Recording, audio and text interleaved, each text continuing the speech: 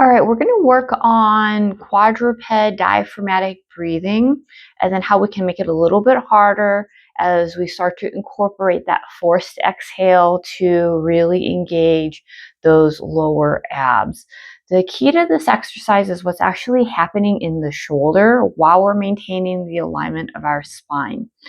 We want to maintain a constant tension of the shoulder, performing our reaching action.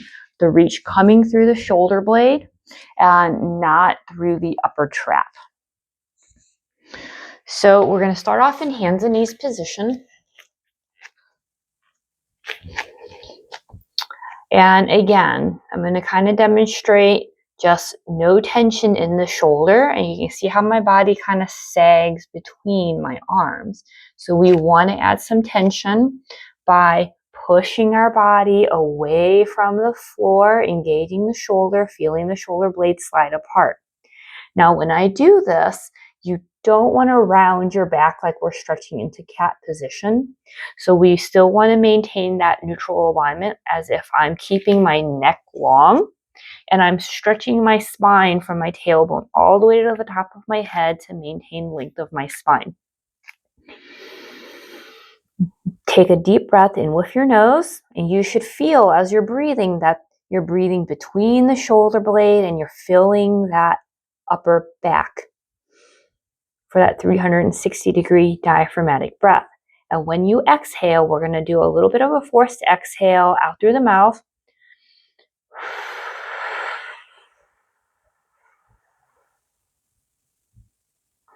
And you should feel that the belly starts to hollow, or it's going to start to pull towards the spine. We do not want to just suck the belly button up to the spine, because the focus here is still more of those lower abdominals flattening to help push the air out. And as we're exhaling, it's important that we do not release the tension. So we are not going to let ourselves sag just because we're exhaling.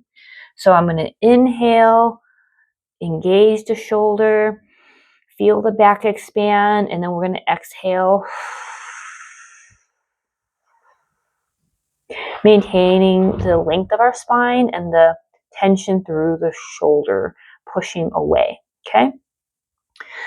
So if we really want to fire off the lower abs, what I'm actually going to do is I'm not going to actually try and attempt to squeeze my abs even harder, because what that's going to do is it's going to try to over engage those upper abdominals and cause a gripping.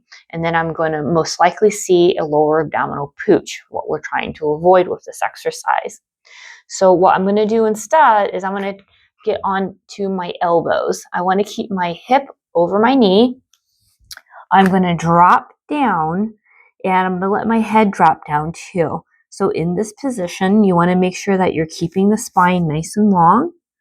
And then again, I'm going to show shoulders completely disengaged. I'm kind of sinking and sagging between the shoulder. My abdominals are not activating at all.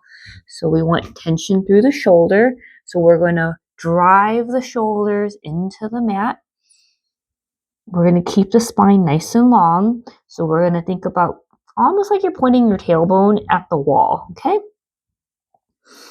We're going to take a deep breath in. I want to feel it expanding into my back and between the shoulder blades. I'm going to do that forced exhale.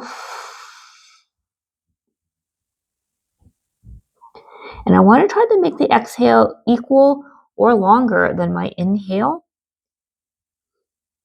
And you should really feel that the lower abs are really activating in this position. As I exhale, I'm really focused on driving my elbows into the mat a little bit more, which is going to cause my shoulder blades to slide apart even more.